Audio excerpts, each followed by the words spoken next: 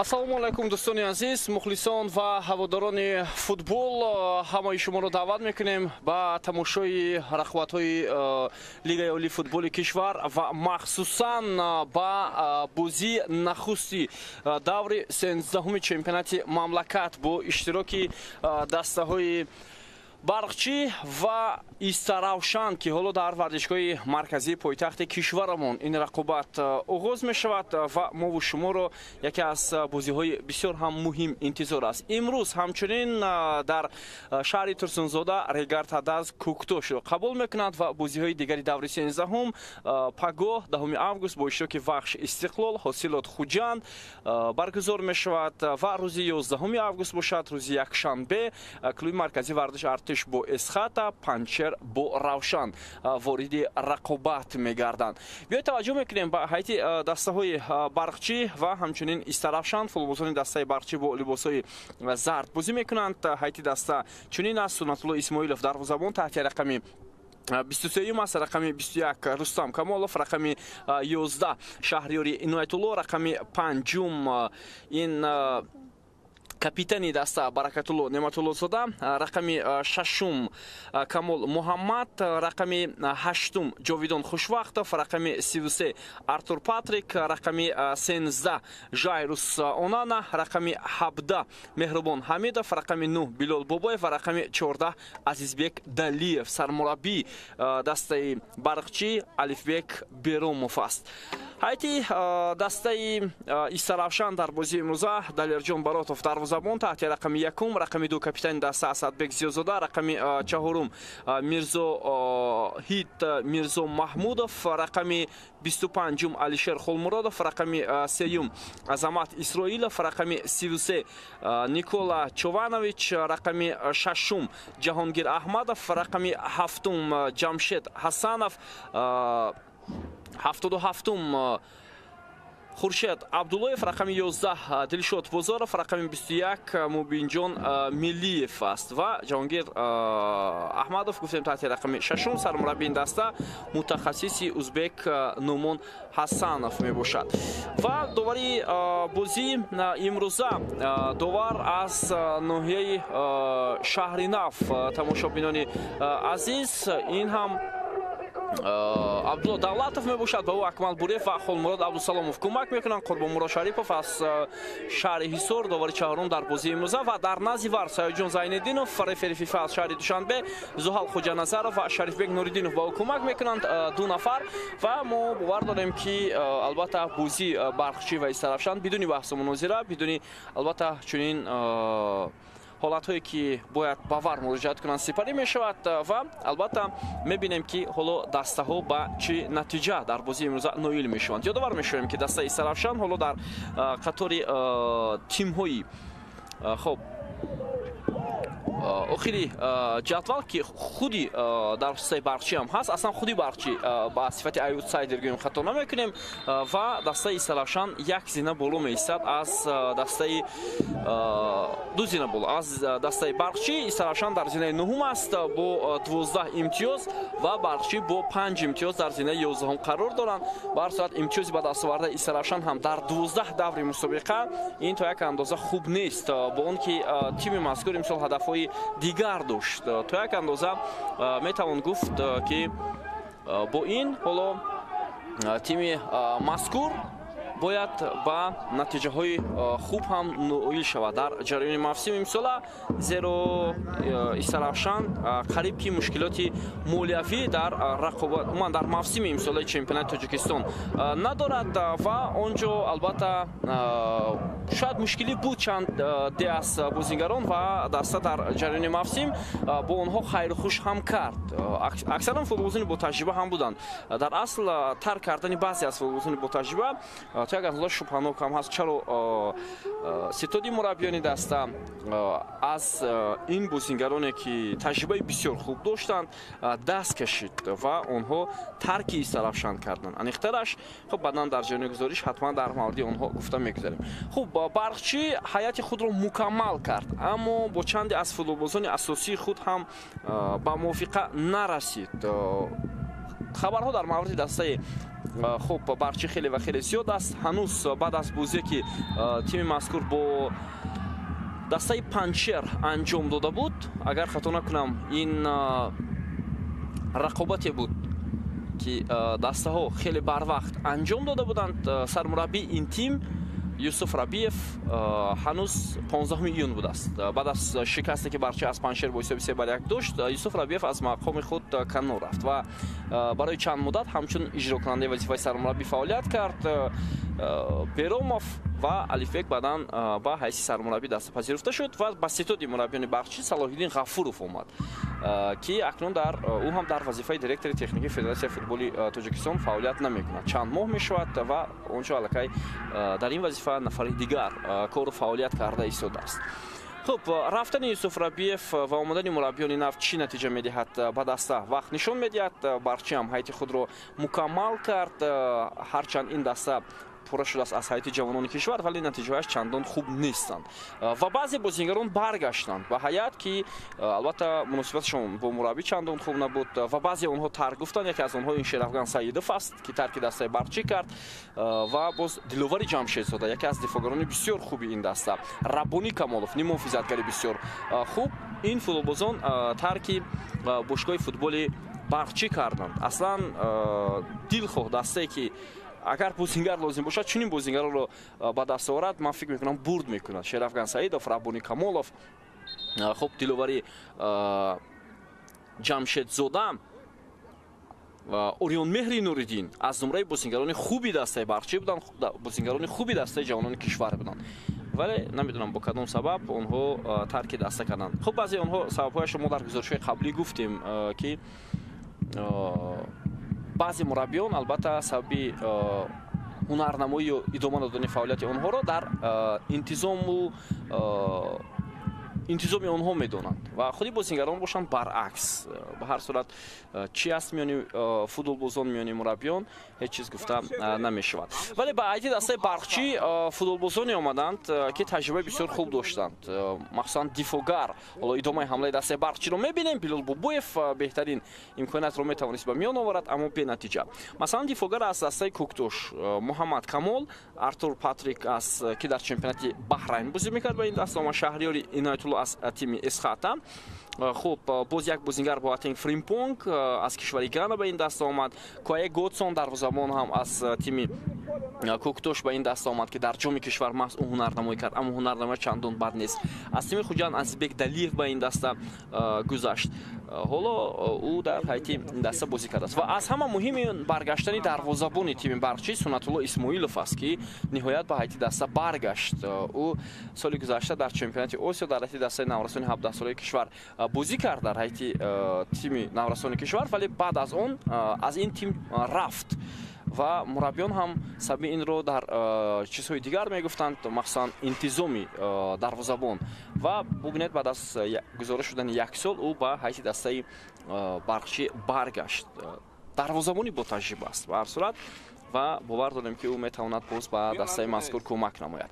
Хуб, зарбаи кунҷӣ ба фоидаи футболбозони дастаи Истаравшан ва биёед таваҷҷӯҳ мекунем ба ҳоло фурсате ки бозингарони дастаи Истаравшан метавонанд ба миён оранд.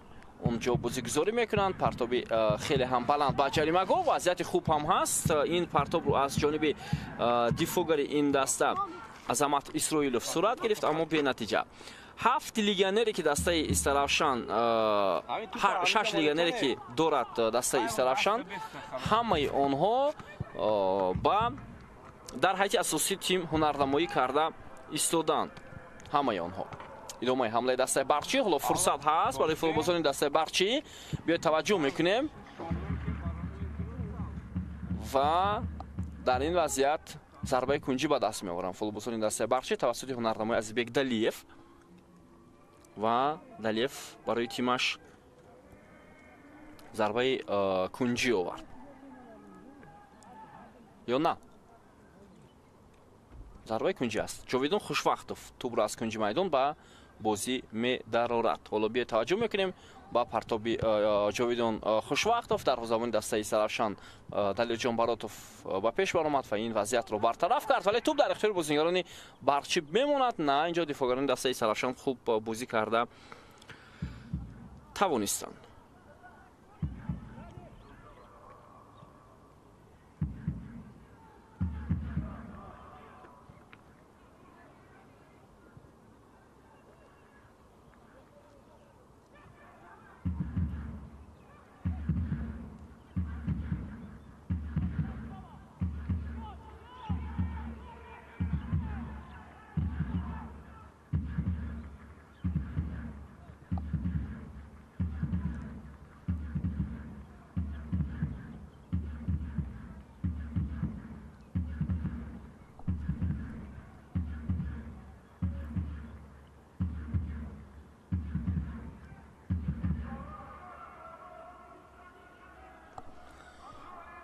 бо ту бозигарони дастаи Барқчӣ. хуб, аз лиҳози идора кардани тӯб, аз лиҳози ба миён овардани вазъиятҳои голзанӣ тавре дар ҷоми Тоҷикистон ҳам тамошо кардем. дастаи Барқчӣ баъд ҳунарнамоӣ намекунад. мушкили асосии дастаи истифода намбурдани лаҳзаҳои голзанӣ аст. онҳо аз тими Регартадаз вобаста ба ду рақобат дар ҷоми кишвар ба бохт рӯбарӯ шуданд.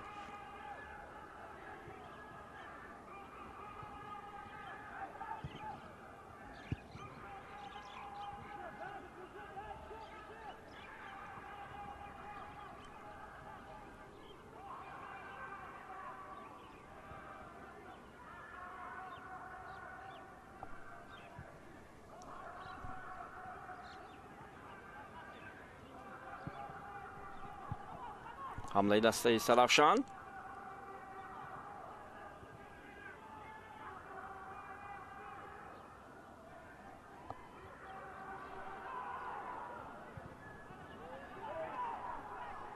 ҳоло талош кардан бозигарони Сарафшан, аммо ба онҳо имконият дода нашуд.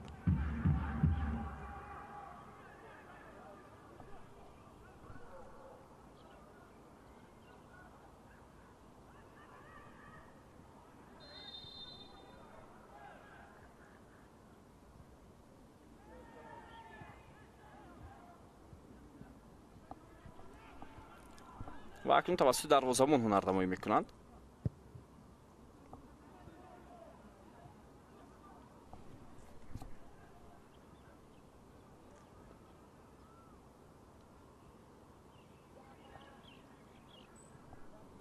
خب андаке дар варзишҳо мухлисонро дидан мумкин аст. инҳо ҳам тарафдорони дастаи Сарафшан мебошанд. бинандаи азиз ки ба хотири дастгирии тимашон омаданд. Сарафшан ки дар сафар ҳоло бозӣ дорад. як бозӣ бисёр ҳам душвор ба ҳар сурат, барои Барқчӣ ҳам бозӣ душвор.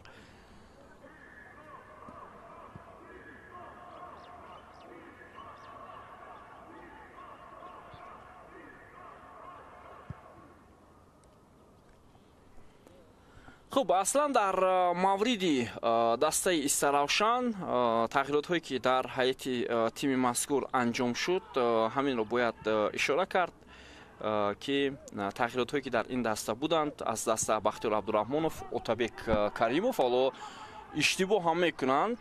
қариб буд иштибоҳи хеле дағал анҷом диҳанд бозигарони дастаи Сарафшан ва аз ин иштибоҳ хубтар истифода бурда натавонистанд футболбозони Барқчӣ. خب با ҳайати дастаи Сарафшан, аз ҳайати дастаи Сарафшан Бахтиёр Абдураҳмонов, Отабек Каримов, Насим Расулов, Диловар Бойқузиев, Фаридун Деҳқонов, Шаҳзод Иноятов ҳама дастбаррони ин даста рафтанд. ва ба даста Хуршед Абдуллоев ки аз Равшан рафта буд омад Далер Шомуродов. خب баъдан Николай Йованович аз Сербистон, Дилшод Бозоров аз Хуҷанд, Мубинҷон Мелиев аз дастаи Хоразми Ӯзбекистон, Фарҳод Қосимов, Алишер Холмуродов аз ки дар ҳайати дастаи ки дар чемпионати Ҳиндустон яке аз онҳо ҳунарнамоӣ мекард ҳамроҳ шуданд, махсусан Алишер Холмуродов. ва акнун мебинем ки омадани ин бозигарон ба дастаи Сарафшан чӣ натиҷа медиҳад.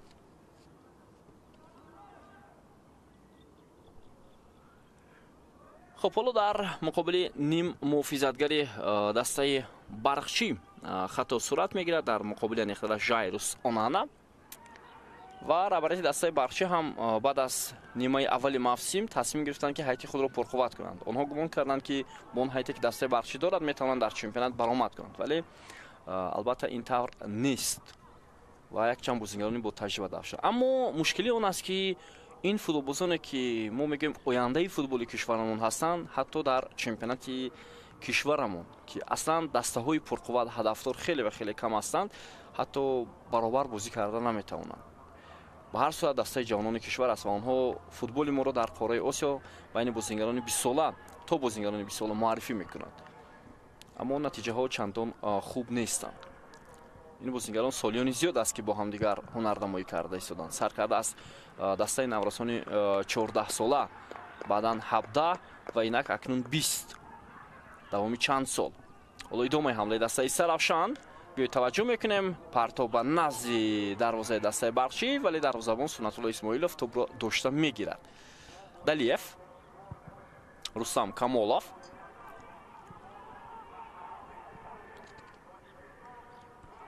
ҳоло фишор меоваранд бозингарони дастаи Барқчӣ ва махсусан ба Асадбек Зиёзода, капитани дастаи Саравшан. ҳоло аут ба даст меоваранд футболбозони дастаи Барқчӣ бо он фишоре ки оварда истоданд.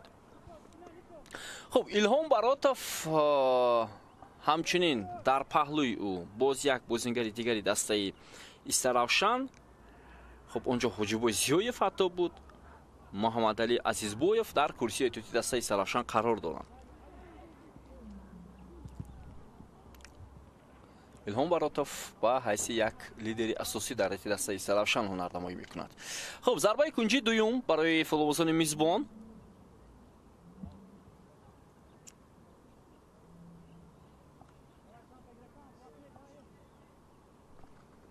хуб, биёед таваҷҷӯҳ мекунем ки зарбаи кунҷи ё вазъияти стандартӣ барои футболбозони дастаи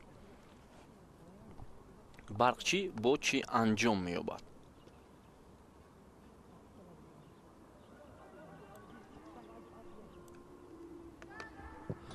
партоби хеле ҳам баланд.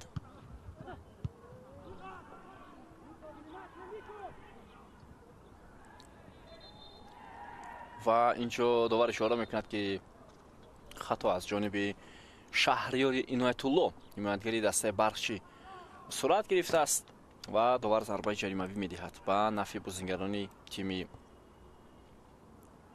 Саравшан. вале инҷо маълум мешавад ки ҳеҷ хатое аз ҷониби футболбози дастаи Барқчӣ дида намешавад дар ҳолати такрор. хуб, ғайр аз ин рақобат имрӯз Регартадаст ва Куктош бозии худро баргузор мекунанд. қарор аст бозии дастаи Регартадаст ва Куктош соати 19 баргузор шавад дар Талко Арена. ва бозии маркази давр ба назари ман ин рақобати клуби маркази вардаш Артиш ва Эсхата хоҳад буд. баъдан рақобати Ҳосилоту Хуҷанд ҳам хеле пуршиддат хоҳад буд. аслан Истиқлол дар сафар бо Вахш бозӣ мекунад. бо он мавқеъе ки Вахш ҳоло дорад дар зинаи ҳаштум, албатта наметавонад ин бозиро ба қатори бозии маркази давр шомил кард.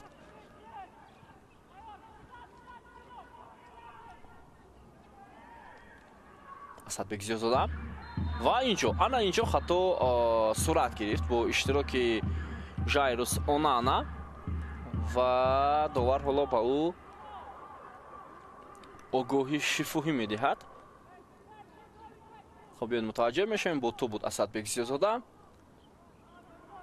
ва бозингари рақами 13 дастаи Барқчӣ хост ки тӯбро гирад, вале бозингари дастаи Саравшанро аз пой афтонид. ва зарбаи ҷаримавӣ ба фоидаи бозингарони дастаи меҳмон. партоби хеле ҳам баланд, вале бенатиҷа. ин партобро Ҷаҳонгир Аҳмадов анҷом дод. Асадбек Зиёзода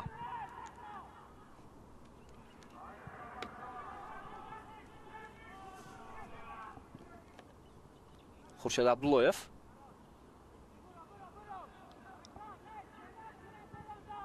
боз як ҳамлаи дигари футболбозони дастаи Саравшан, аммо бозингарони Барқчӣ имконият намедиҳанд. ба футболбозони дастаи меҳмон. Истаравшан дар мавсими имсолаи чемпионати мамлакат якчанд бозӣ анҷом дод. аз ҷумла бозиҳое ки даста ҳам дар майдони худ ва ҳам дар сафар баргузор кард. бубинед онҳо нахустин бозии худро дар сафар муқобили Истиқлол баргузор карданд, бо ҳисоби 3-1 Истаравшан мағлуб шуд. баъдан муқобили Барқчӣ онҳо бозӣ доштанд. ҳоло идомаи ҳамлаи дастаи Барқчӣ, фурсати бисёр хуб ва Билол Бобоев ҳоло ҳолати 1-1-ро хуб истифода бурда наметавонад. беҳтарин шонс барои футболбозони дастаи Барқчӣ дар дақиқаи 18-уми рақобат. ва ман болотар гуфтам ки мушкилии асосии дастаи Барқчӣ ин истифода дар бурдани лаҳзаҳои голзанӣ аст. таваҷҷӯҳ кунед, ҳолати офсайд нест ва Билол Бобоев ки бо дарвозабон Далер Баротов 1-1 баромад, натавонист тӯбро ба даруни дарвоза равон кунад. беҳтарин шонс барои тими Барқчӣ буд. акнун ҳамлаи ҷавоби дастаи Истаравшан. хуб, баъдан Истаравшану Барқчӣ дар марҳилаи аввали чемпионат бозӣ доштанд, он ҳам дар майдони Истаравшан. аслан Истаравшан қисми зиёди як вазъияти хуби дигар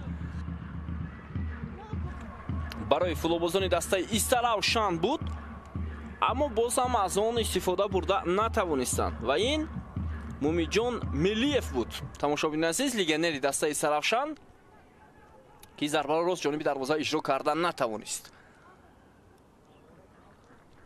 ва бозии Истаравшан ва Барқчӣ 1-1 ба анҷом расида буд. баъдан Истаравшан ғалабаи нахусти худро дар муқобили Панҷшер ба даст овард. дар сафар аз клуби марказии вардаш Артиш мағлуб шуд. аз Равшан ҳам бо Исхата бозиро мусовӣ кард ва Вахширо мағлуб намуд. баъдан Куктошро шикаст дод, бо Хуҷанд бозиро мусовӣ намуд.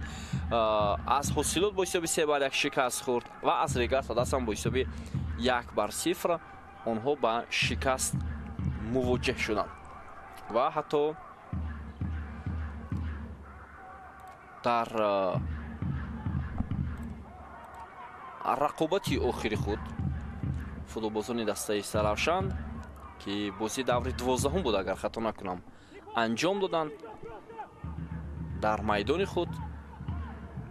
онҷо бозии Истаравшану Истиқлол баргузор нашуд. бояд дар майдони Истаравшан бозӣ баргузор мешуд ва вақти дигар гузаронида шуд, яъне бозӣ баргузор нагардид. хуб, зарбаи ҷаримавӣ, зарбаи кунҷӣ барои футболбозони дастаи Барқчӣ, сеюмин зарбаи кунҷӣ дар 20 дақиқаи аввалияи рақобат аст барои онҳо. ва биёед ҳоло мебинем ки ин зарбаи кунҷӣ бо чӣ анҷом меёбад. Азизбек Далиев партоби ба ҷаримагоҳ ва бо сар ҳоло зарба иҷро мешавад бо иштироки легионери дастаи Барқчӣ, бозингари рақами 33 ниммуҳофизатгар Артур Патрик, вале зарбаи ӯ баландтар аз дарвоза аз майдон берун шуд.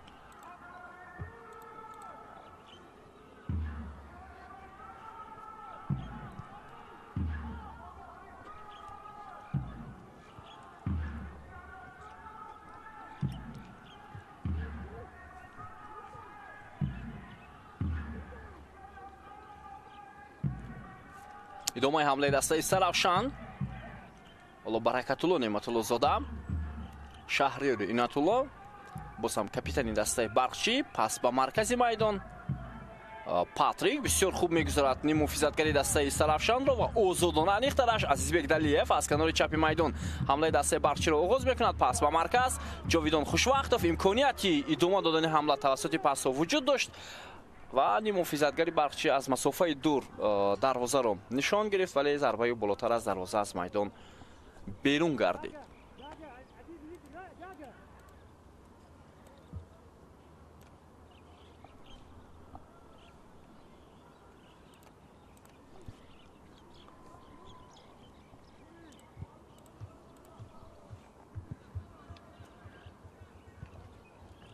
ҳар ду даста имконият доштанд дар оғози рақобат, яъне шонси дастаҳо баробар аст дар дидори имрӯза то дақиқаи 22 вохӯрӣ.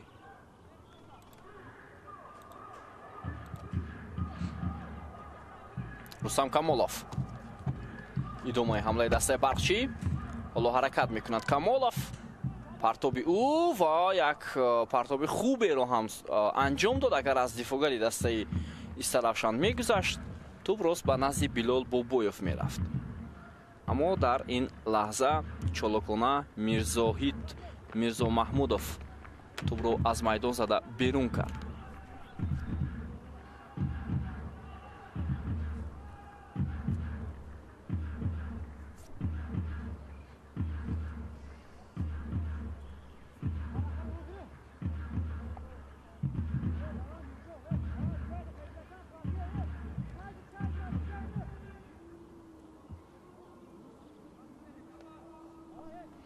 خب ضربه کنجی نوبتی برای فوتبالبازان دسته برچین. چهارمین ضربه کنجی است. عزیزبек Далиев پرتاب به نزد دروازه. حالا ادامه دارد حمله فوتبالبازان میزبان. باز یک ارسال نوبتی دیگر و اینجا ضربه میزند دفاعگری دسته برچی محمد کمال، اما توپ از پهلوی دروازه از میدان بیرون شد.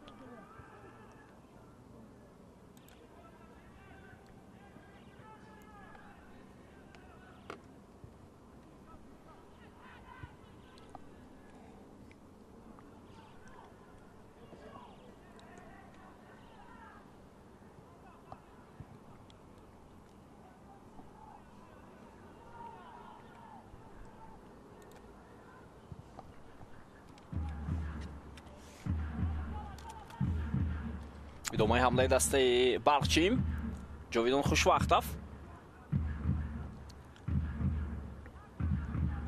پس توسط دفاعگران محمد کمال.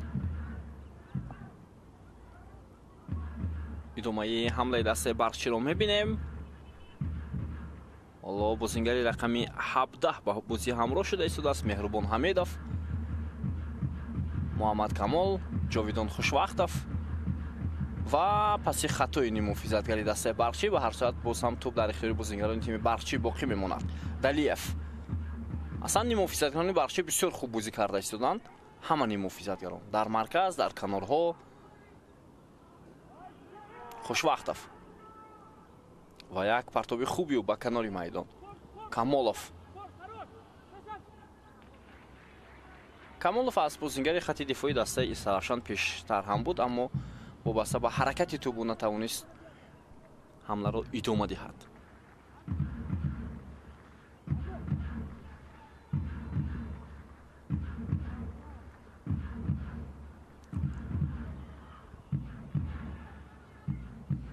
حمله استراشان را میبینیم از کنار چپ، ولی به او اجازت حمله دادن را نمیکند. مهربان حمیدов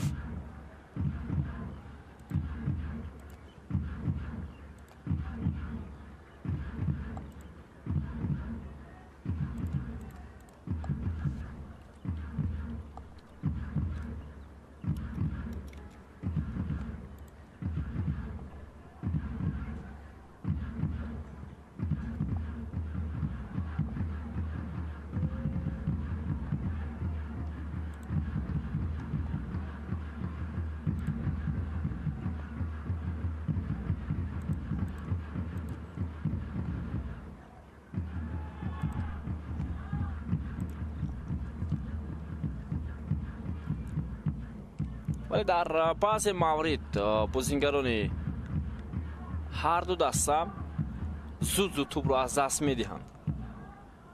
زود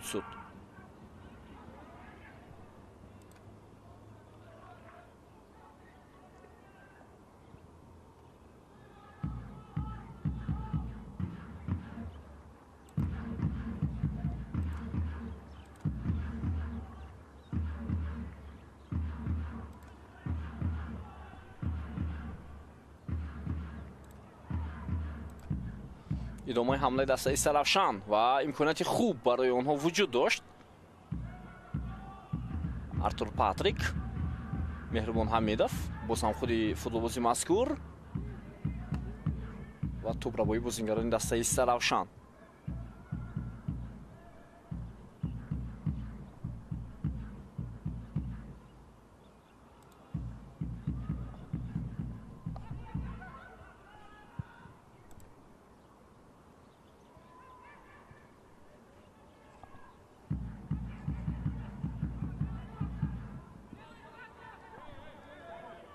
идомаи ҳамлаи футболбозони Сарафшанро мебинем ва ҳоло довар иҷоза имконият инҷо дид ки аслан тӯб аз майдон берун шуд ва садои штакашро баланд кард ва ишора намуд ки тӯб аз назди дарвоза бояд ба бозӣ дароварда шавад.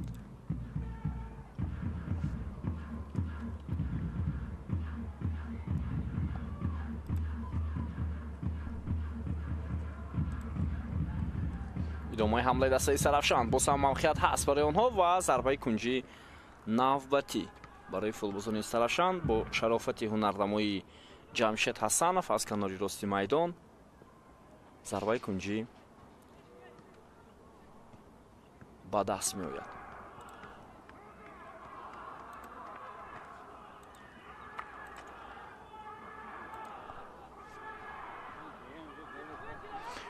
خب بازیگذاری میکنم فوتبالبازان دسته سرافشان اسدبек زیادزاده و دروازه‌بان دسته بخشی به پیش برآمد. حالا امکانیتی بسیار خوب برای سرافشان، اما ضربه‌ای که از داخل جریمه‌گاه اجرا شد با اشتراک دفاعگر میرزا محمودов بالاتر از دروازه از میدان بیرون گردید.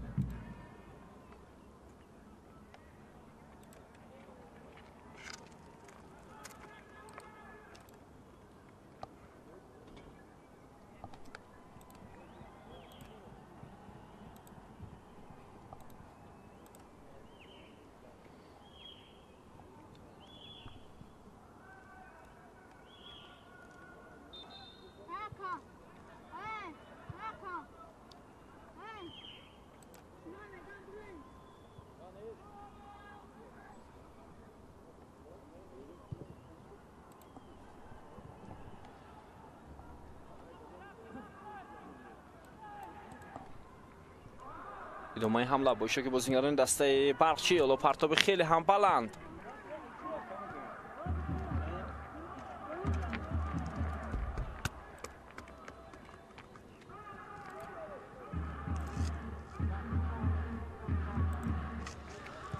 خب اینک از دقیقه 30 هم نزدیک می شود تماشاگران عزیز.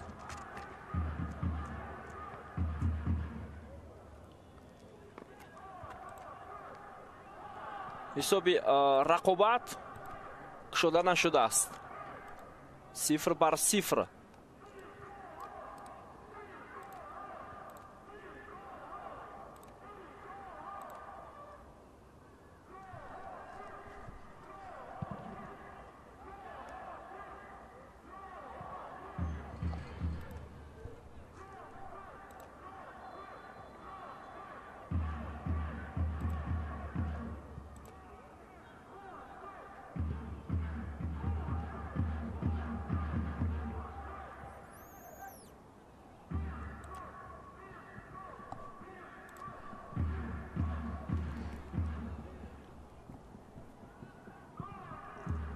اصلا بعد از مدت طولانی که دسته ها استراحت داشتن، رفزنه گزارش فوتبالبازان هم در چمپیونات مملکت صورت گرفت. بعضی دسته ها شاید در حالت همون پیشینه خوب نیستن، ولی در این میان بازی های رفت و برگشت جام تاجیکستان برگزار شد و اکثری دسته های ما اونجا هنرنمایی کردن، مخصوصا خودی برقچی و خودی سرافشان. البته برقچی توانست که روی خود رو با مرحله دیگر هموار کند. دسته سرافشان آنها بر تیم دوشنبه غلبه به دست آوردند، اما برقچی از ادامه مسابقه بی‌نصیب ماند.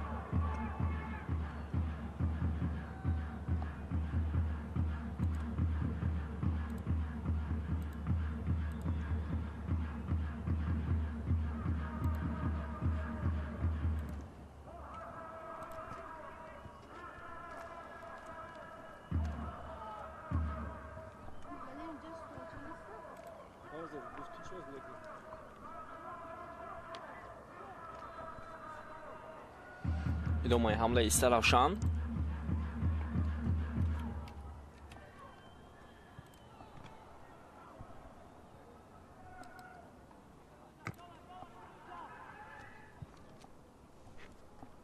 پرتاب به کناری راستی میدان. اینجا هم کاپیتانی دسته Асадбек Зиёзода ва ҳам бозингари рақами 11 Дилшод Бозоров талош доранд. ҳоло партоби навбатӣ, вале инҷо бозингарони дастаи Бахчӣ ин ҳолатро бартараф карданд, вале туп дар ихтиёри бозингарони тими Истаравшан аст.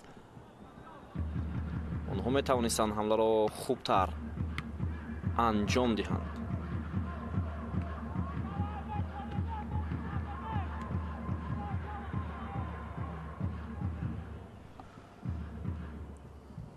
боз ҳам ҳамлаи навбатии футболбозони дастаи Истаравшан ва ин дафъа ҳам зарбаи кунҷӣ ба даст меояд бо шарофати ҳунарнамоии бозингари рақами сеюм Исроил Азамат Исроилов ва Шаҳрёри Иноятулло ба ӯ имконият надод ки ҳамларо идома диҳад. акнун биёед мебинем ба зарбаи кунҷии футболбозони дастаи Истаравшан. партоб хеле ҳам баланд.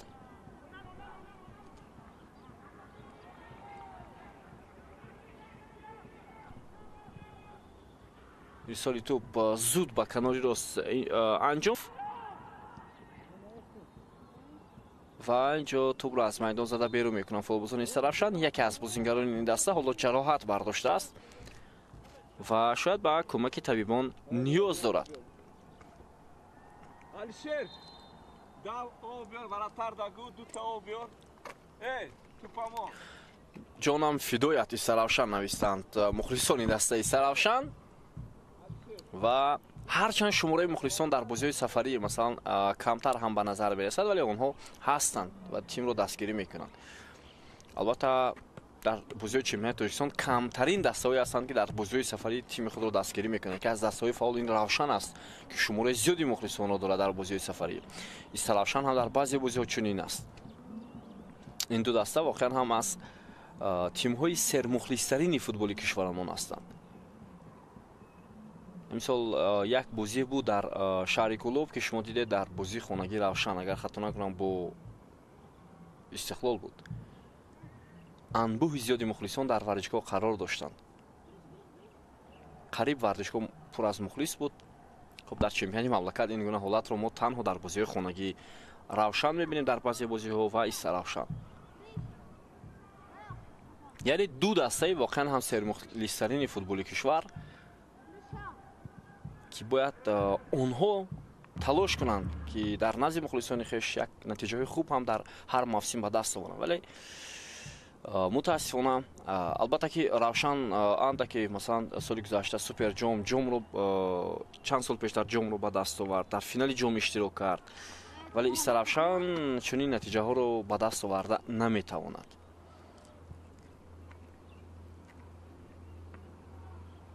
то ҳол натавониста истодааст ва умед мебандам ки дар оянда ин дастам пурқувваттар мешавад барои ба даст овардани натиҷаҳои хуб.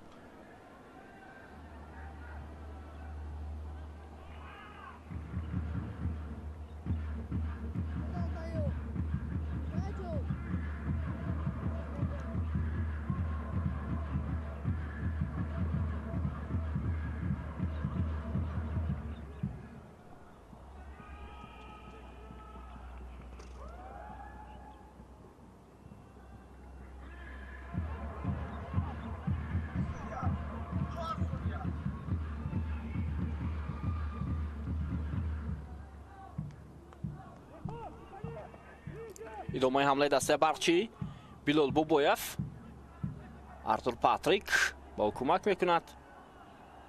Онана зарбаи сахти ӯ аз масофаи дур, вале хато буд ин зарба.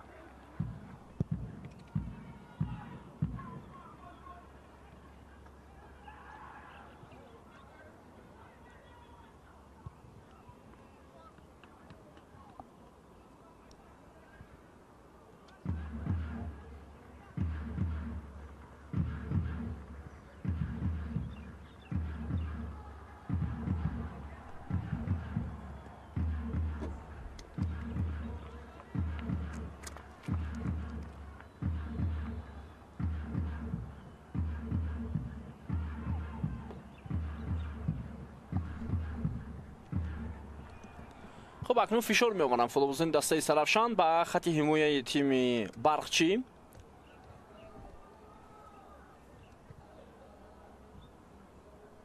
то ҳол албатта ҳисоб кушода нашудааст ва мо ҳам чандон бозии хуб ҷолибро тамошо накарда истодем. андаке бозии дилгиркунандам ҳаст. Артур Патрик, Баракатулло Неъматуллозода, Билол Бобоев, Меҳрубон Ҳамидов, Ҷовидон Хушвақтов, ирсоли ту ба канори чап ва инҷо ҳамлаи дастаи Барқчӣ идома мекунад. Рустам Камолов ва зарбаи кунҷи навбатӣ барои тими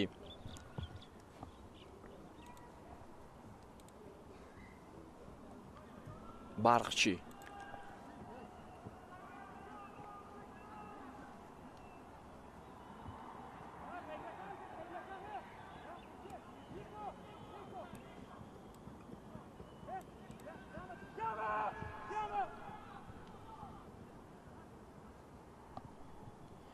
идомаи ҳамлаи футболбозони дастаи Барқчӣ, вале ин партов бубинед ба кадом мавқеъ майдон мерад. акнун аксул ҳамлаи дастаи Сарафшан ва беҳтарин шонс барои онҳо, аммо ин фурсатро аз даст доданд футболбозони дастаи Сарафшан. шонси беҳтарин аст, буд шонси беҳтарин буд барои онҳо.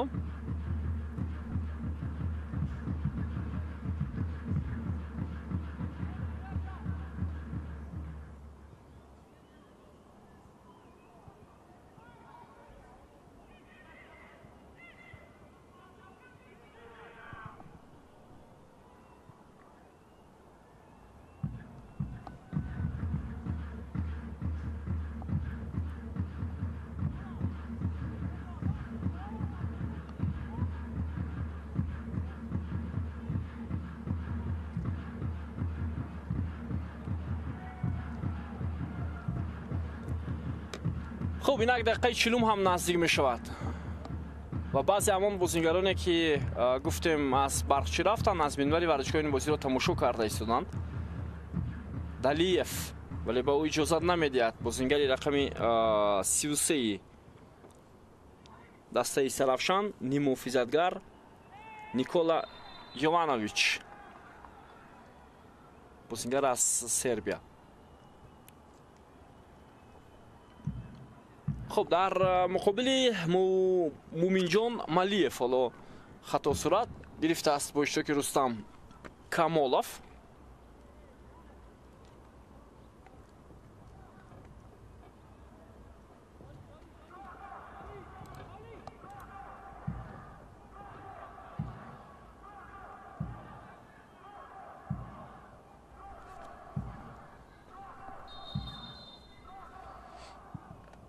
партоби хеле ҳам баланд ба ҷаримагоҳ ва зарба зада мешавад, аммо хато.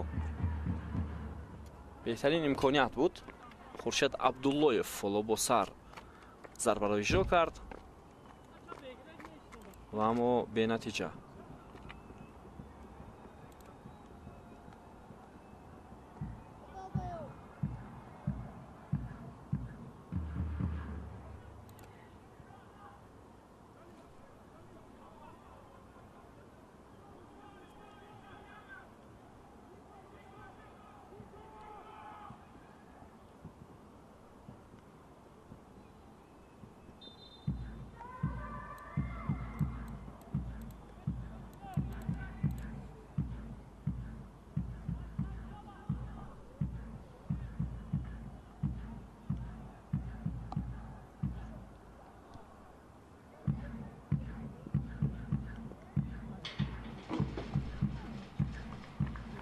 боз як зарбаи кунҷӣ барои футболбозони дастаи Сарафшан. Хуршед Абдуллоев барои дастааш зарбаи кунҷӣ овард.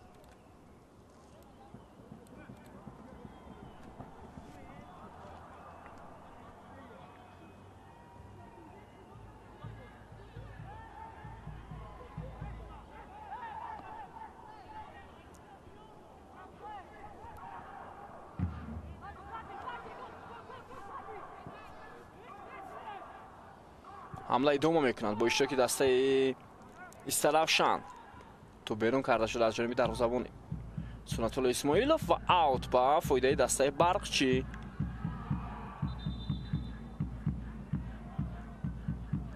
дақиқаи 43 бозӣ.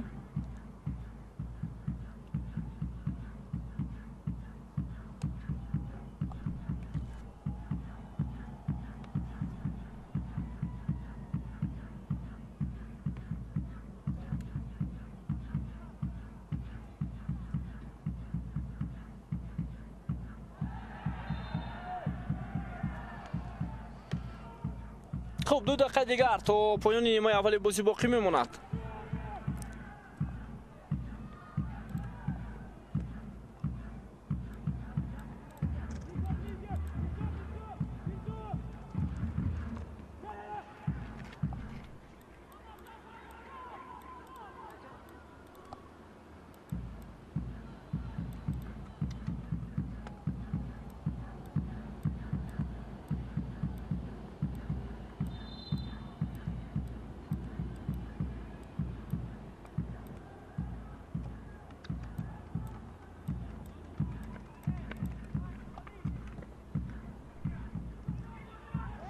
باز یک توپربایی، اما فوتبالبازان دسته بخشی این کار را ادامه میدن. پس با بلال باباєв امکانیت دوم برای بلال. حالا چیکار میکند این بازیگر؟ ضربه جاویدان خوشوقتов. اینجا 2 نفر مبارزه بردند، 2 بازیگری دسته برقچی، ولی جاویدان خوشوقتов پیش دستی کرد. با لیگیونری دسته برقچی امکانیت نداد که او ضربه را اجرا کند. حالا میبینیم برای کدام از اینها امکانیت موفق تر بود اجرا کردن ضربه. جاویدان هم آماده بود و همچنین ارتور پاتریک هم، ولی فکر میکنم برای ارتور پاتریک امکانیت خوبتر بود به خاطر آن که او میتوانست ضربه را چگونه اجرا کند. ولی ضربه بازیگران برقچی با پای فوتبالبازان استرافشان برمیخورد. ازبек далиев. حالا ادامه حمله دسته برقچی و داور اشاره میکرد که توپ از پای فوتبالبازی دسته برقچی از میدان بیرون شده است.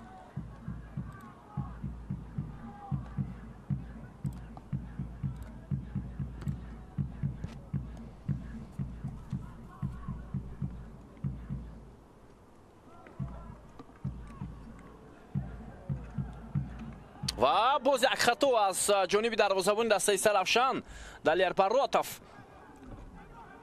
ادامه حمله دسته برقچی و ضربه زده می شود. باز هم توپ به فوتبالبازان دسته سرافشان بر میخورد. 2 دقیقه اضافه شد به نیمه اولی بازی.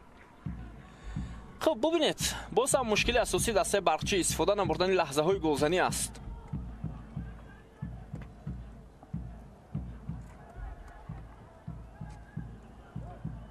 اکنون حمله را ادامه دادن یعنی بازیگران استرافشان. نه، توپ در اختیار فوتبالبازان برقچی باقی میماند. далиев خیلی عالی بازی میکند بازیگر رقم 4 دسته برقچی. پس با کنار، ولی پس خطرناک بود.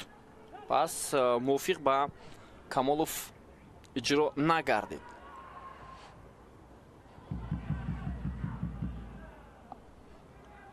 ارتور پاتریک. ادامه حمله دسته سرافشان.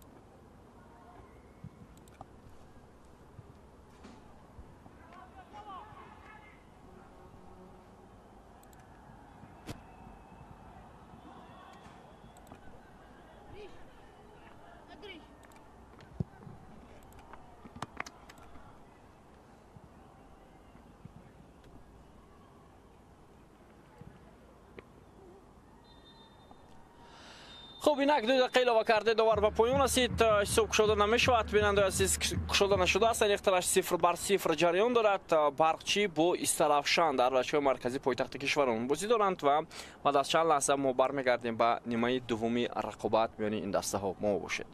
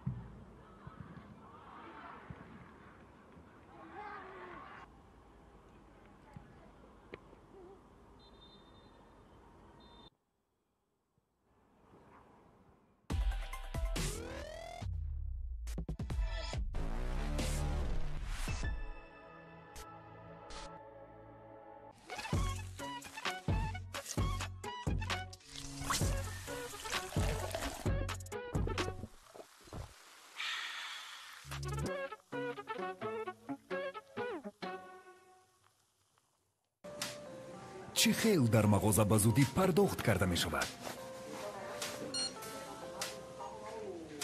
корти визаи алифро ба Google Pay пайваст карда тавассути пост терминалҳо бетамос пардохт намоед. Кортро дар alif.tj дархост намоед.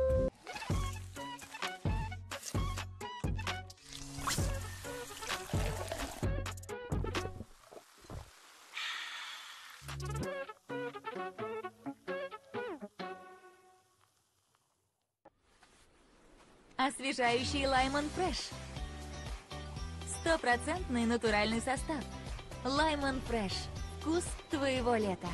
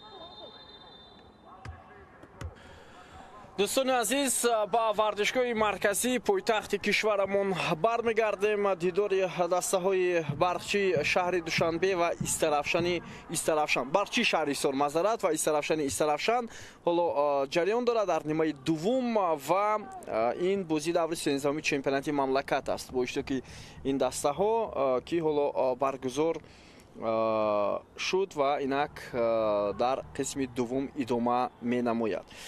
خب دوستان عزیز، یادآور میشویم که بعد از یک ماه تنفس در چمپیونات تاجیکستان با این دستای لیگ عالی اینک رقابت‌ها باز ادامه میکنند و چند هفته پیشتر دو هفته پیشتر بازی‌های اولی دوری 8 یک نهایی جام تاجیکستان برگزار شدند. هفته گذشته بازی‌های جوابی و اینک رقابت‌های چمپیوناتی مملکت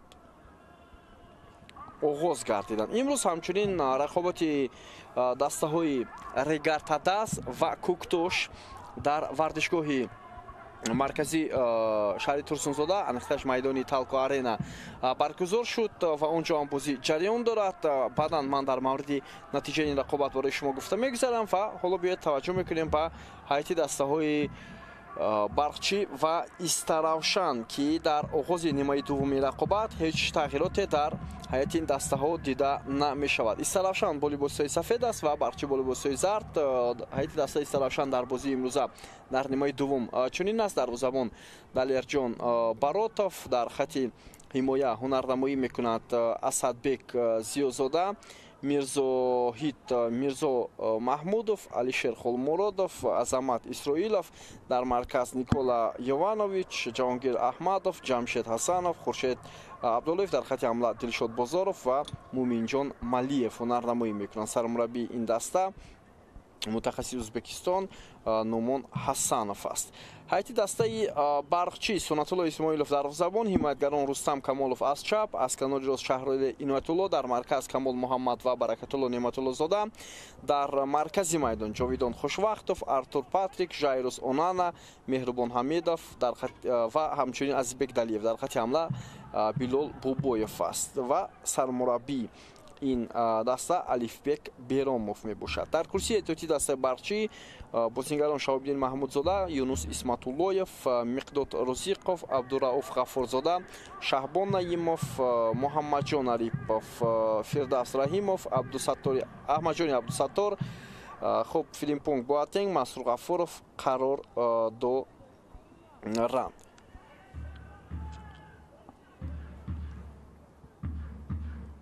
идомаи ҳамлаи дастаи Саравшан.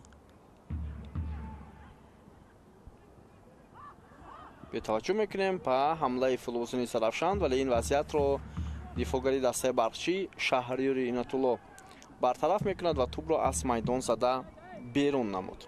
ва дар бозии дастаи Регартадаст ва Куктош ҳисоб 2-0 ба фоидаи футболбозони Регартадаст ҷараён доштааст. албатта Регартадаст дар майдони худ бозӣ дорад ва бартарӣ хеле хуб ҳам ба даст дорад. имконият барои футболбозони дастаи Саравшан ва инҷо вақте дарвозабони дастаи барқчи Сунатулло Исмоилов тӯбро дошта мегирифт, бозингари тими Саравшан муқобили ӯ хато кард ва ба ин хотир довар дар ин лаҳза довари рақобат бозиро боз дошт ва инҷо ҳамла ба Ҷовидон Хушвақтов будааст, нимуҳофизатгари дастаи барқчи ки ҳини иҷрои зарба бозингари дастаи Саравшан барои ӯ зарбаро иҷро кард ва ба ин тартиб дар ин вазъият дидем ки чӣ гуна футболбозони дастаи Саравшан як фурсатро аз даст доданд ва инҷо даъво мекунанд бозингарони дастаи барқчи ки тӯб ба дасти футболбози дастаи Саравшан расидааст. довари бозии имрӯза Абдулло Давлатов аз ноҳияи Шаҳринав аст ва довар зарбаи кунҷӣ ишора мекунанд, аммо бозингарони барқчи ишора мекунанд ки инҷо тӯб ба дасти футболбози дастаи Саравшан расидааст. мо лаҳзаи такрорро мунтазир ҳастем ки коргардон барои мо шумо пешкаш кунад. ҳолати баҳснок буд. ҳоло зарбаи кунҷӣ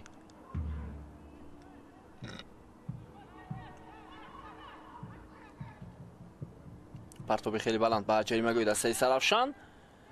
имконият буд барои футболбозони Барқчӣ. ҳоло Шаҳри Инатулло зарба мезанад, як зарбаи дигар аз масофаи дур ва як бозингари дастаи Сарафшан дар замин хобидааст. ба кӯмаки табибон ниёз дорад ва довар ҳам зуд ба назди ӯ меояд.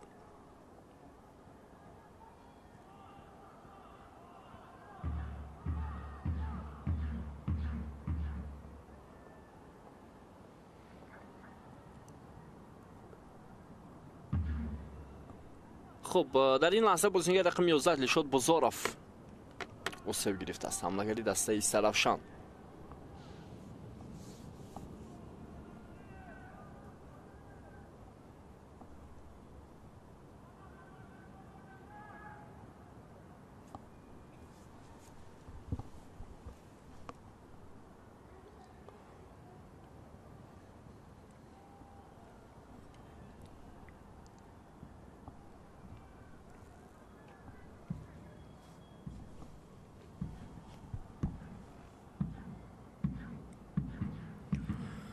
خب در این دوری چمپیونات مملکت چطوری که در آغاز گزارش گفته بودیم بازی‌های دیگر هم برگزار می‌شوند.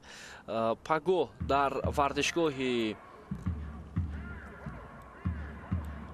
پختکار شهر بختر دیداری دسته‌های وحش و استقلال صورت می‌گیرد. بازی ساعت 17:30 صورت برگزار می شود. حاصلات با خوجند در ورزشگاه مرکزی ناحیه فرخا رقابت می کند که این بازی هم در همین وقت و ساعت برگزار خواهد شد. و روز یکشنبه کلوب مرکزی ورزش ارتش با اسخطه دیدار می کند که بازی در ورزشگاه تالکو آرین شهر ترسونزاده صورت خواهد گرفت. و بعداً پنجشیر با روشن و این بازی در ورزشگاه پختکار شهر بختر برگزار می گردد.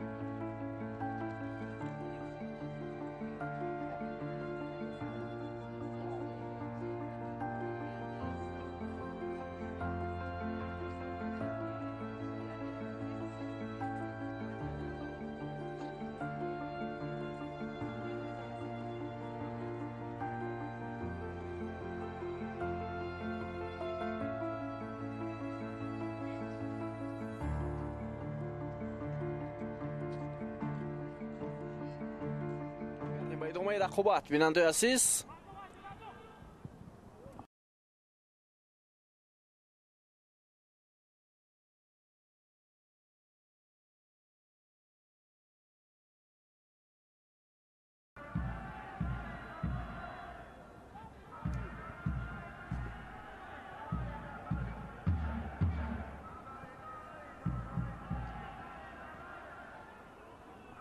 خب اینک فوتبالبازان دسته برچی حالا تلاش میکنند برای ادامه دادن حمله. партоб ба канори чапи майдон. Фурсат бисёр муносиб ҳам ҳаст барои дастаи барқчӣ ва дар ин вазъият тӯб аз худи бозингари дастаи барқчӣ аз майдон берун мешавад.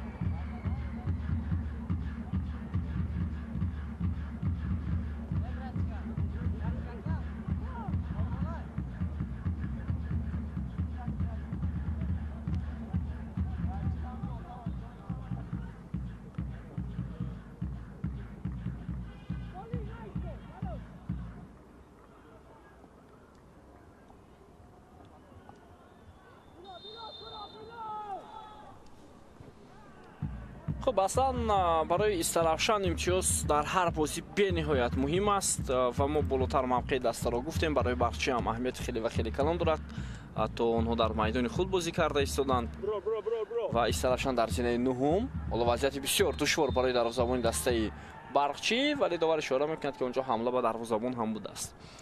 فوتبالبازان استرافشان در 11 بازی خود تنها 3 غلبه به دست آوردند که این خیلی و خیلی کم است. در 5 بازی با شکست مواجه شدند و 3 بازی با نتیجه مساوی جمع‌بست شده است. عموما شماره امتیازهای آنها 12 تا میباشد. فوتبالبازان برقچی باشند در 12 بازی خود 1 پیروزی دارند که این هم کم. 2 نتیجه مساوی و 9 باخت.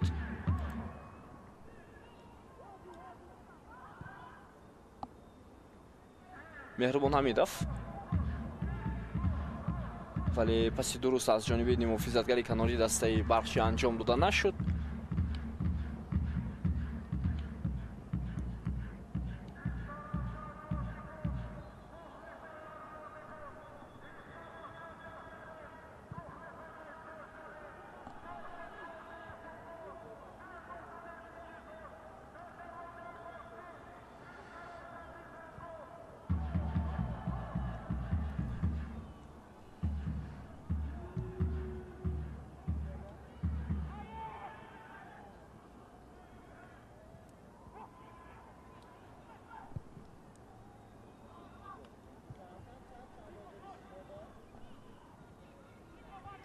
با تو بازیگران دسته برقچی خوشوقتов ولی پسی اون نگذشت از فوتبالبازان دسته استرافشان. حالا ادامه حمله فوتبالبازان دسته استرافشان رو میبینیم.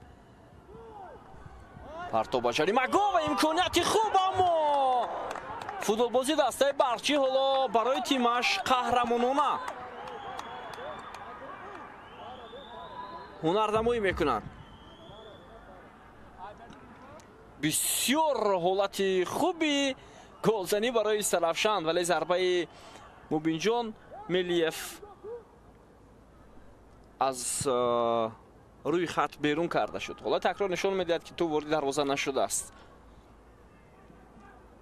بهترین شانس برای دسته استرافشان موبینجان ملیف با سر ضربه را اجرا کرد ولی محمد کمال در زودترین فرصت دروازه دسته برقچی را از گل مقرری امین نگاه داشت.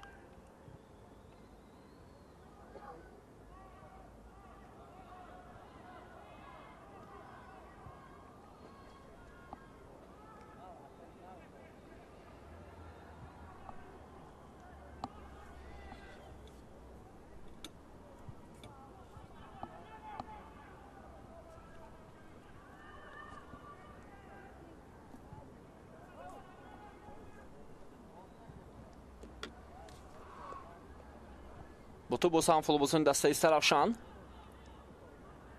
خیلی شانسی خوب داشتند مهمانان. یوانویچ، алишер холмуродов، исроилов азамат аз канори майдон ва ҳоло идомаи ҳамлаи дастаи استرافشانро муҳофизатгар хуршед абдуллоев идома медиҳад. аммо ҳамаи ин бенатиҷа барои футболбозони дастаи барқчӣ ба поён мерасад. مهربان حمیدов، شهریار اینایتالله، دروازه‌بان سنت‌الله اسماعیلov و دروازه‌بان توپ را از میدان زده بیرون میکند. Йованович.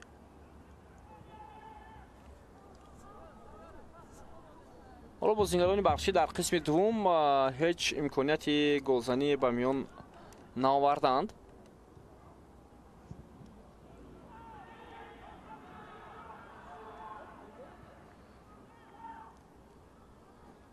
فرصت خوبی ادامه دادن حمله برای بازیکنان دسته برقچی، ولی این وضعیت هم برطرف کرده می شود.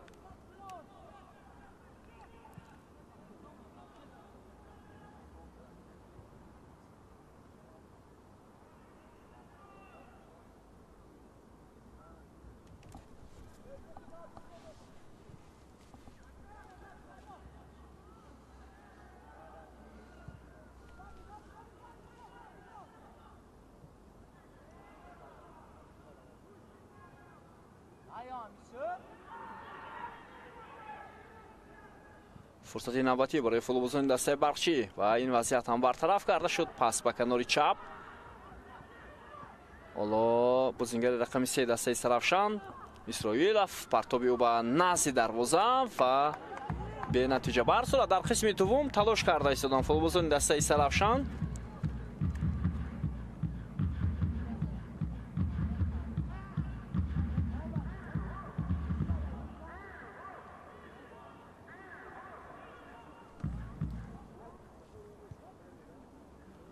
خب ببینید چگونه محمد کامل حجم خیلی زیادی کار رو برای دسته برقچی در همین لحظه ای که فوتبالبازان استرافشان امکانیت داشتند انجام داد.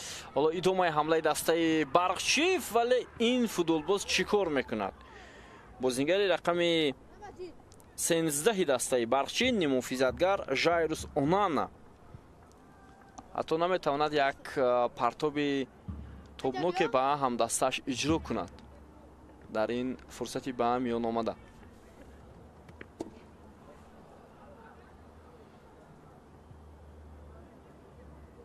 بهترین شانس بود برای دسته برقچی. علیشیر خولمرادوف پرتاب خیلی بلندیو توپ در اختیار فوتبالبازان دسته استرافشان. خورشید عبداللهیف با او کمک میکند دلشاد بازاروف، ولی پس دلشاد بازاروف هم به مرکزی میدان نمیرسد. یوانویچ رقابت برای به دست آوردن توپ با برتری فوتبالبازان دسته برقچی پایان می‌یابد. جاویدان خوشوقتوف، عزیزبک دلیف پرتابی دلیف با جریمه‌گاه دسته سرافشان. به نتیجه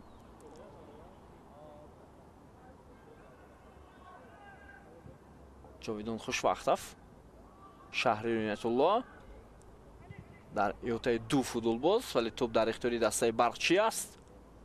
خوشوقتوف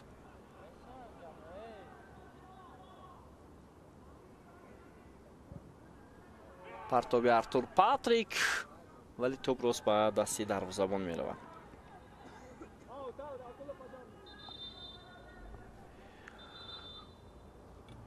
خب حالا یکی از بازیکنان دسته برقچی آسیب گرفته است.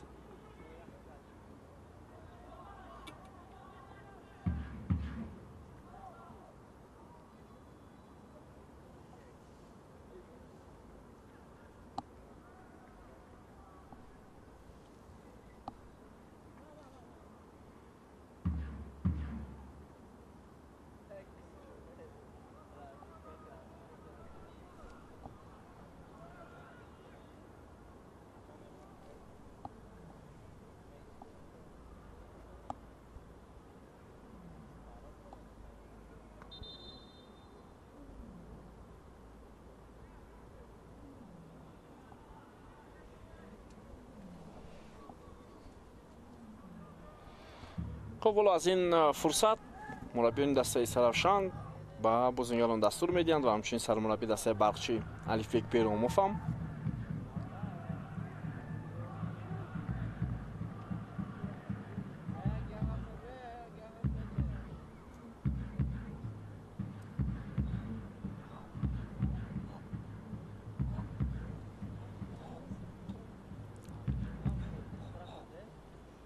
خب اینک دو تغییرات می شود در هیئت دسته برقچی. اونجا شهبان نعیموف آمده است برای به میدان برآمدن و باز یک نفر دیگر کیها از میدان بیرون میشوند کیو عوض میشوند حالا معلوم نیست.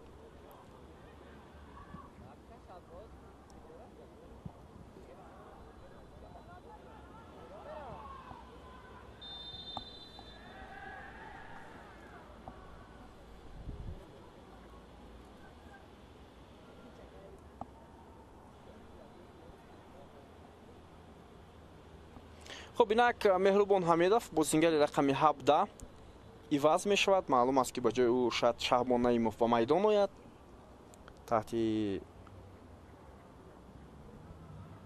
рақами 81 ва дар ҳайати дастаи Истаравшан Фарҳод Қусимов ба майдон ворид мешавад таҳти рақами 80 ва киро иваз мекунад?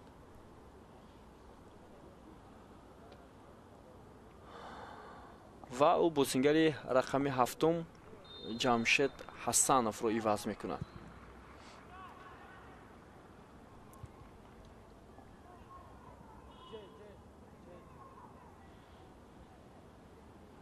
Шаҳбон Наимов ҳоло идомаи ҳамлаи дастаи Барқчӣ бубинед чӣ гуна баъд аз ба майдон омаданаш фурсат пайдо мекунад.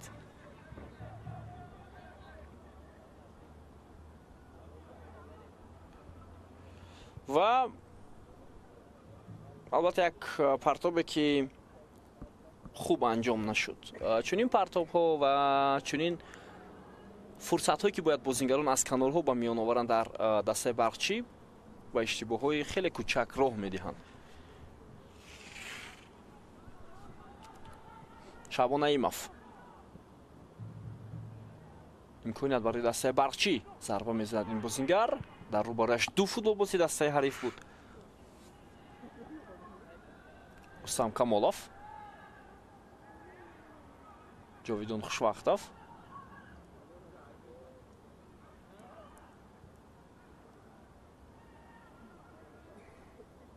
имконияти идомадонии ҳамла барои бозингарони дастаи Барқчӣ. Азизбек Далиев, вале пас ҳам хато анҷом шуд.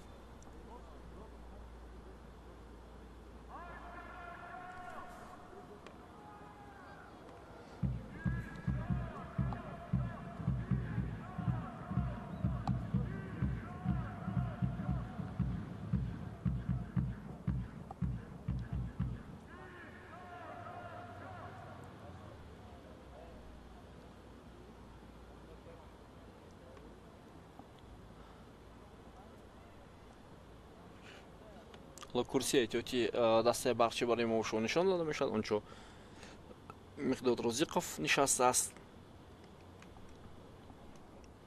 ва боз чанд бозингари дигар.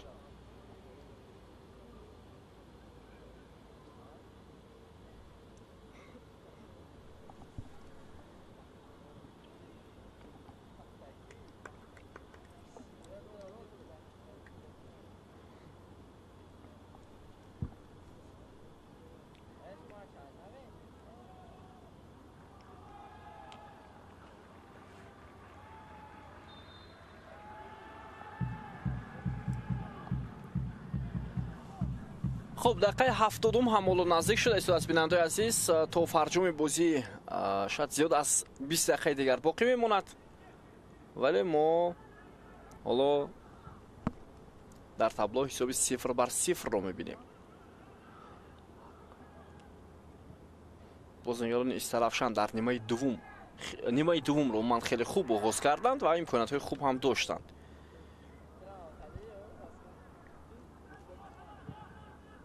партоби бениҳоят баланд ва инҷо тӯбро дошта мегирад дарвозабони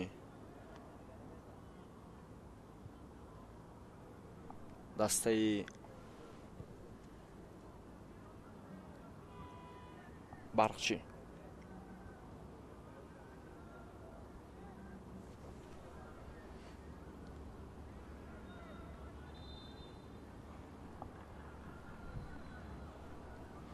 خب اینک الهام баротов ба майдон меояд дар ҳайати дастаи Иста Равшан ва ӯ бозингари рақами 11 Дилшод Бозоровро иваз мекунад. خب اینک زیاده کمتر از 20 دقیقه امکانیت دارد الهام баротов و دلشاد بازارов رو الکای ایواز کرد.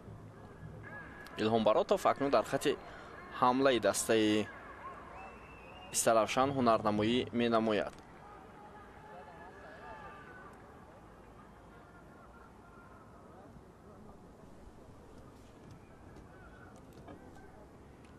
الهام баротов بهترین نشانزند و بهترین بازیگری تاجیکستان در سال 2021 است.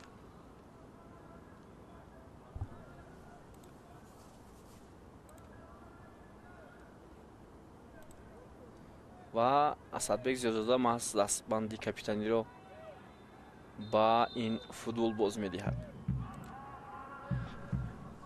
الهام баротов дар соли 2020 маъзарат мепурсем беҳтарин бозингари тоҷикистон эътироф шуда буд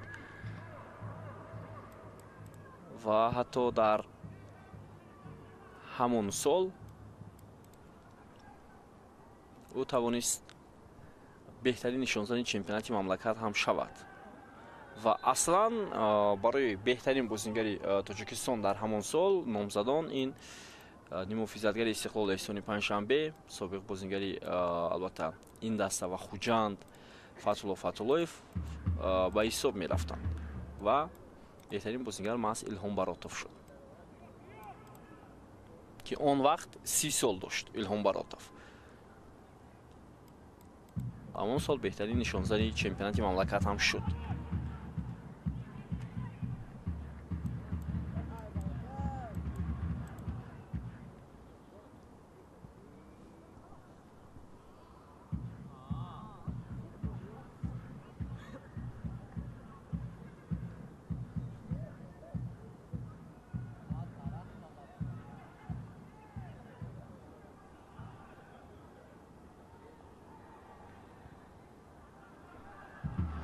идомаи ҳамлаи дастаи Иста Равшан аз канори майдон фурсати бисёр хуб ҳам ҳаст барои Муминҷон Мелиев, аммо андаке шояд ҳаракатҳои худро ба тарзи дигар идома дод, чунки дар рақобат бо ин ҳамлакари дастаи Иста Равшан ду-се футболисти дастаи Барқчӣ қарор дошт ва имконияти задани зарба хеле ва хеле кам буд.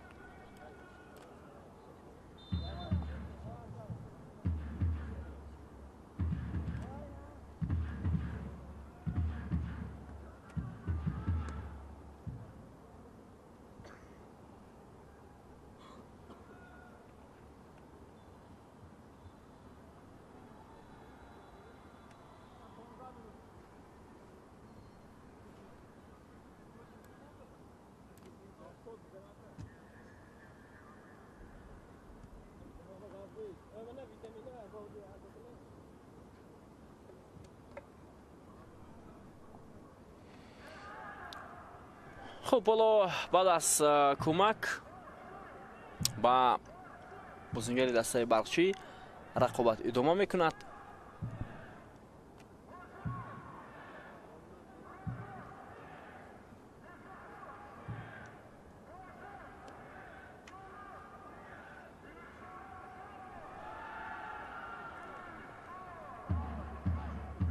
علیار اشورمحمدов در екранҳои мо шумо ӯ як муддат собиқ сармураббии дастаи Иста Равшан ҳам буд, дар ин даста ҳам фаъолият карда буд. бо шарофати ӯ як мавсим дастаи Иста Равшан дар лигаи олӣ боқӣ монд.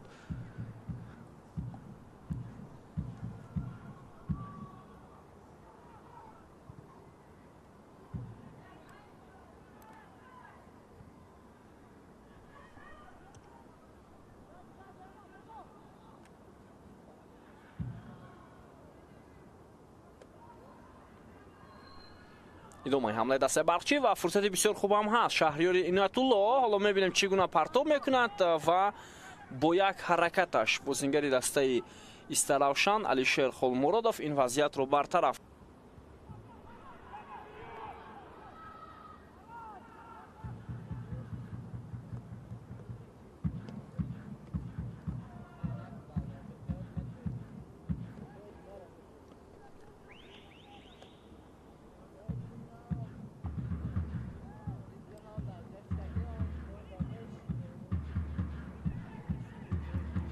пас ба Баротов.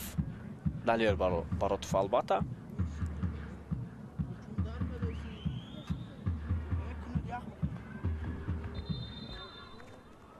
ҳоло боз як бозингари дигари дастаи Барқчӣ ҷароҳат бардоштааст.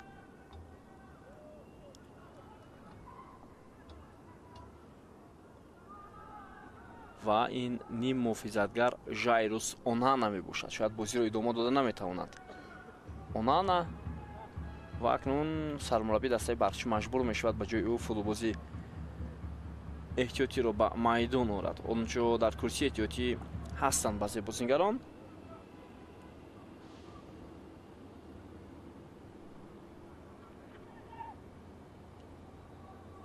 хуб, дақиқаи 78-уми бозӣ ҳам наздик шуда истодааст.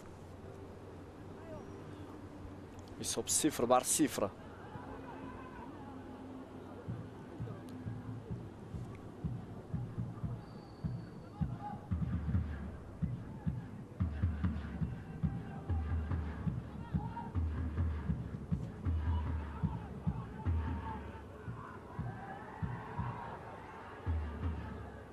имконияти идома додани ҳамла барои футболбозони Сарафшанд вуҷуд дорад. Илҳом Баротов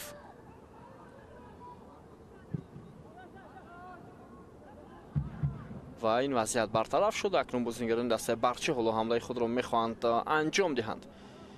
партоб ба Билол Бобоев буд.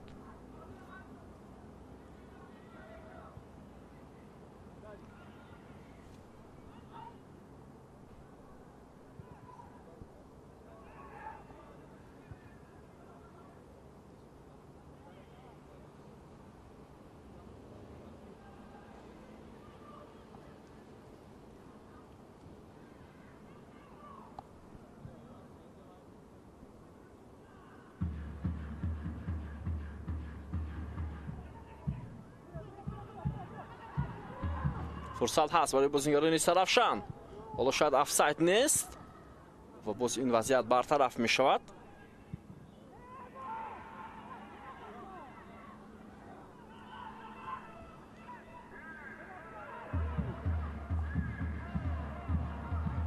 бозингарони Сарафшан ҳоло бештар бо тӯб ҳастанд.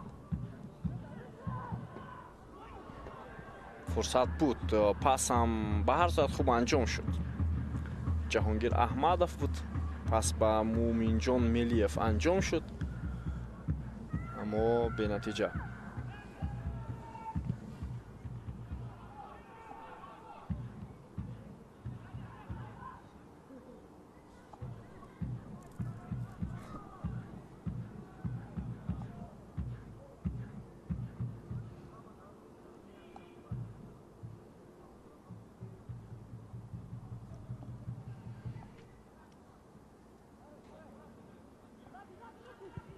Баротов натавонист ҳамлаи дастаи Сарафшанро идома диҳад ва ҳамин тавр тӯб аз майдон берун мешавад. хуб, 10 дақиқаи дигар то фарҷоми ин рақобат боқӣ мондааст. тамошобини азиз, ва акнун ба майдон ҳоло Юнус Исматуллоев ворид мешавад ба ҷои маҳз ҳамон бозингаре ки осеб гирифт ва инчунин меҳрубони Абдурауф Ғафурзода. аслан ӯ меҳрубони Абдурауф аст. намедонам дар дархост чаро номи ӯ Абдурауф Ғафурзода аст. аслан ӯ меҳрубон аст ва Шаҳриёри Иноятуллоро иваз мекунад. ин дифогар ду тағйирот дар ҳайати дастаи Барқчӣ. Юнус Исматуллоев акнун дар маркази майдон ҳунарнамоӣ мекунад.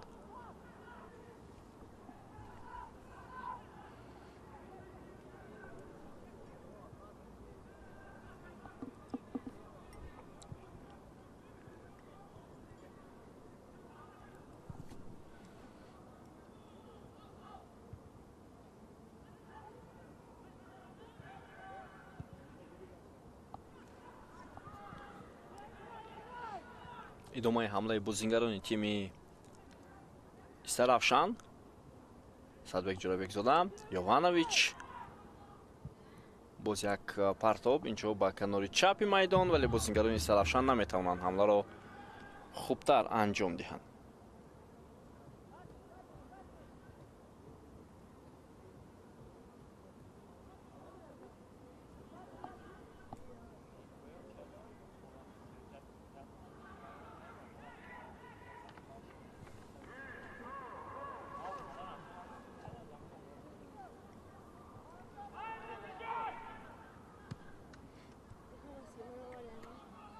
ҳоло идома дорад ҳамлаи дастаи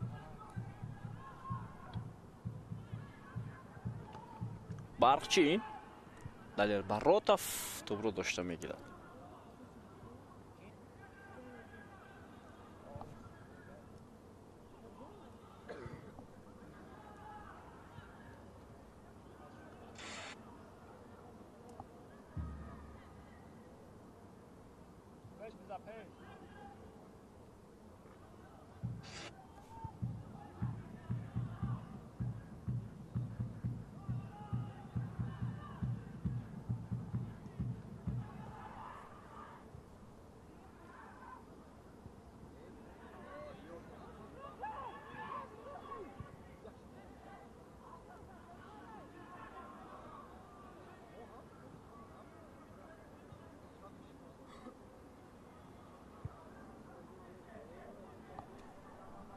алишер холмуродов бо тӯб дар маркази майдон, дар маркази хати ҳимоя.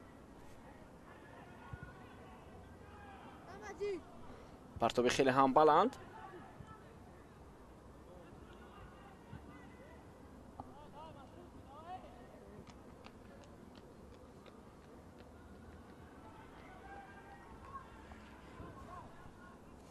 Йованович, Илҳом Баротов, партоби хеле ҳам баланд ба канори рости майдон.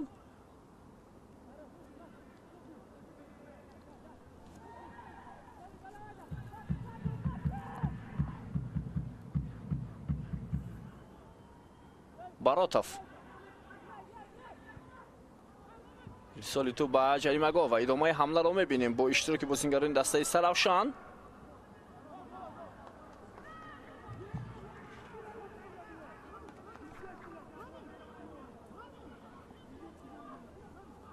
эътироз дорад бозингари дастаи Саравшан ки муқобили ӯ шояд хато бозӣ карданд ё шояд бо ҳамдастаҳояш нофаҳмӣ дорад. бале, бо ҳамдастаҳояш нофаҳмӣ дорад ҳамлагари дастаи Саравшан.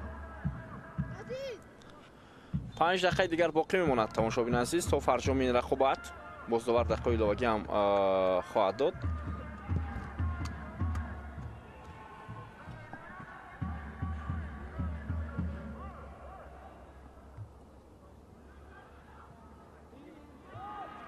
ва беҳтарин имконият буд барои дастаи барқчӣ. инҷо офсайд ба қайд гирифта мешавад.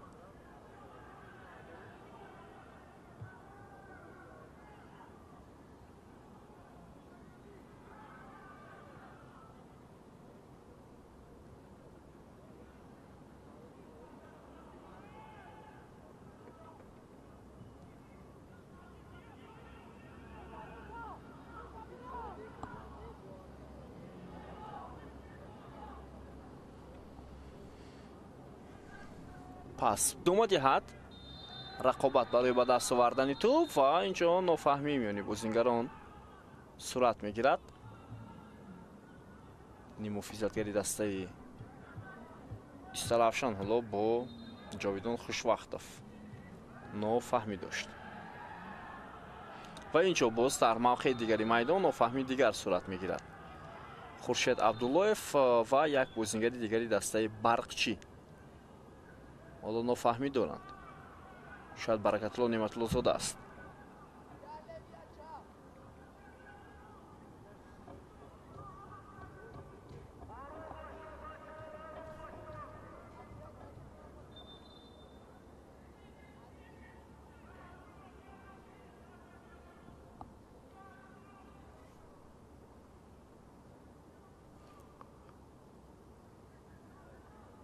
خب довар ҳоло ба ягон нафар корти зар нишон надодааст.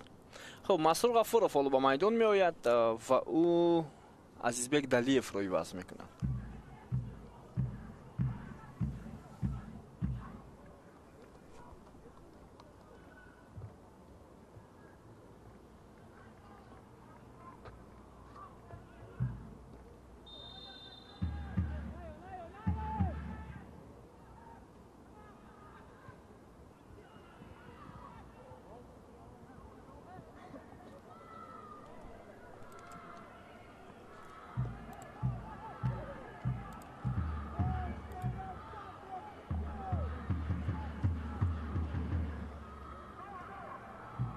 باز یک حالتی بود که محمد کمال اینجا مبارزه برد و داور ضربه جریموی به فایده دسته سرافشان داد. ضربه کنجی معذرت. دقیقه 88 رقابت.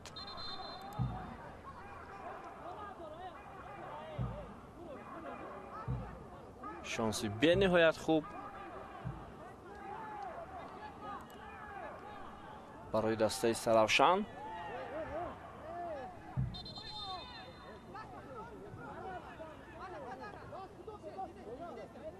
جهانگیر احمدوف حالا میخواهد ضربه کنجی رو از کناری میدان به بازی درآورد.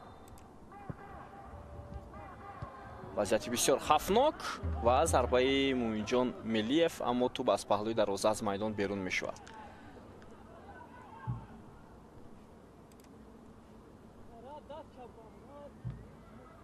قامتی بلند دارد و امکانات بسیار خوب هم داشت.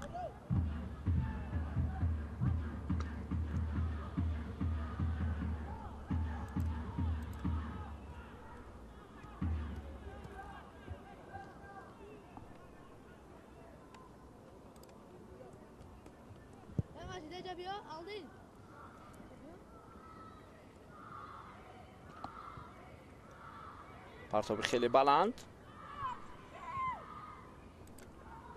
ولی اینجا بازیگران دسته سرافشان باز هم توپ رو میگیرند. پومیجان ملیف پاس به الهام براتوف ولی سرعت پاس بلندتر هم بود و الهام براتوف هم نتوانست توپ رو نگاه دارد.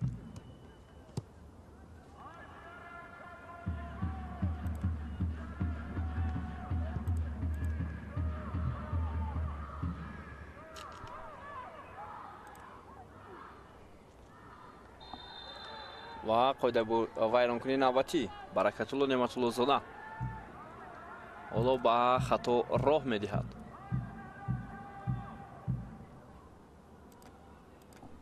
در این حمله که فوتبال‌بازان دسته سرافشان داشتند. خب اینک بعد از چند ثانیه وقتی اساسی هم پایان می‌یابد تماشاگران عزیز و داور اشاره می‌کند که افساید اینجا به قید گرفته شده است در حمله دسته سرافشان.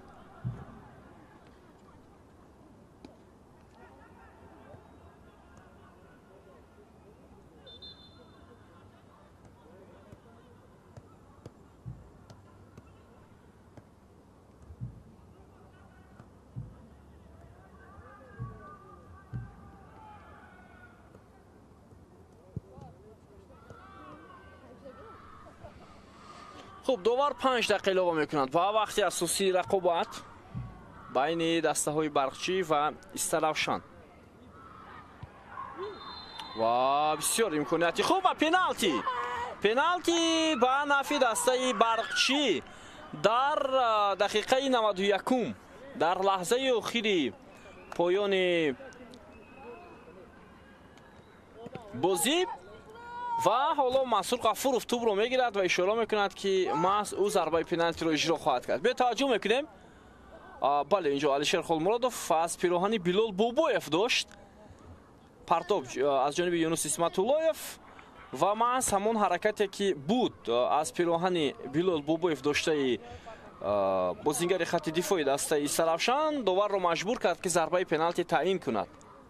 به هر صورت ور هست داور اشاره میکند که باز این لحظه از سرینف تفتیش کرده می شود و حالا بازیگران بیرون کرده می شوند از جریمه‌گاه و عبدالله دولتوف ور متوجه می شود.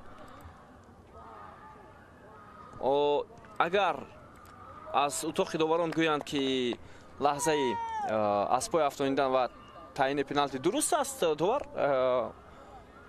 هیچ بعد نزد ور هم نمی رود و البته این لحظه رو یعنی تصدیق میکند. به فکرم اونجا گفتند الکی. حالا مسئول غفورov ضربه میزند و گل. حساب در دقیقه 92 رقابت از ضربه پنالتی کشوده می شود. بیننده عزیز در دقیقه 92 رقابت و ببینید بازی که برابر بود، بازی که در قسم دوم حتی فوتبالبازان سرافشان شانس های خیلی خوب داشتند.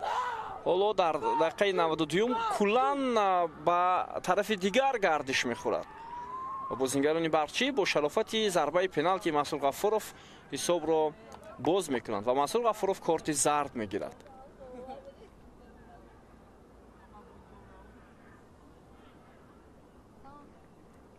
خب بیاید متوجه میشویم پرتاب خیلی خوب بود و از پیراهن بلال بابایف داشت علیشیر خولمرادov هرچند بلال بابایف شانس هم فکر میکنم نداشت برای زدن ضربه ولی حرکت دستی دفاعگر دسته سلفشان باعث بر آن شد که داور ضربه پنالتی تعیین کند.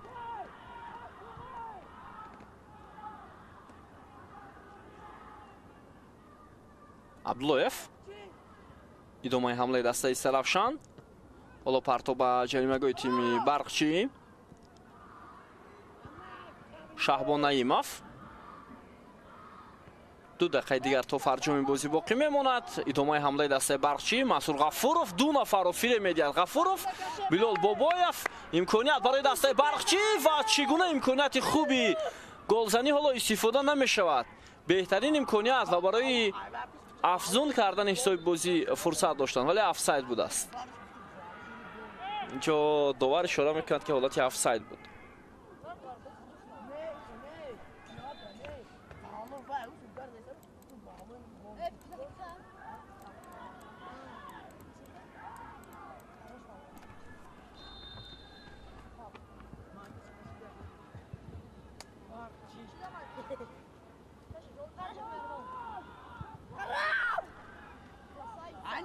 خب دقیقه 94 رقابت نزدیک شده است.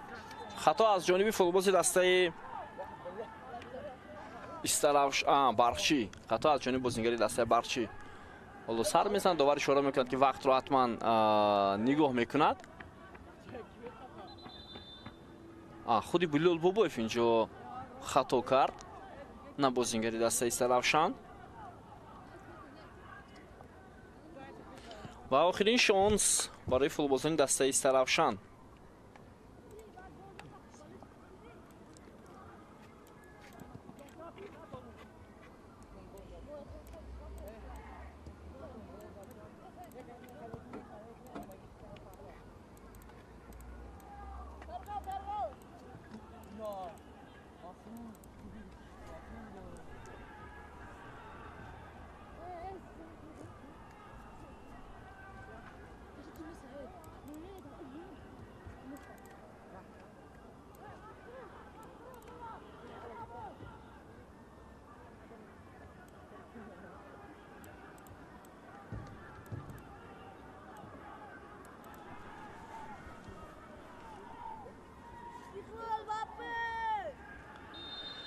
خب البته 5 دقیقه ایلاوگی به پایان رسید ولی وابسته به اوسبی بازیگری دسته برقچی داور حالا اجازه میدهد شاید برای 1 دقیقه دیگر اجازه میدهد که بازی ادامه کند.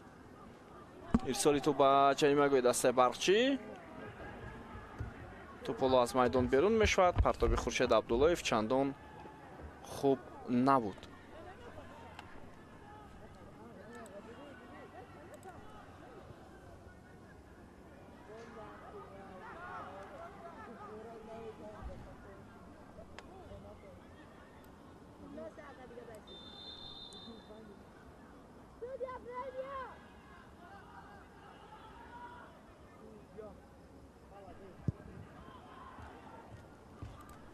خب حالا بیا توجه میکنیم باز یک بازیگری دسته برقچی اوسیب گرفت و این مسعود غفورov است. اگر برقچی غلبه کند با همین حساب به سلفشان نزدیک می شود و از قطار دسته‌های اوتسایدر عکس اینا بالا می رود. تیم برقچی امتیاز 8 خود را به دست می آورد.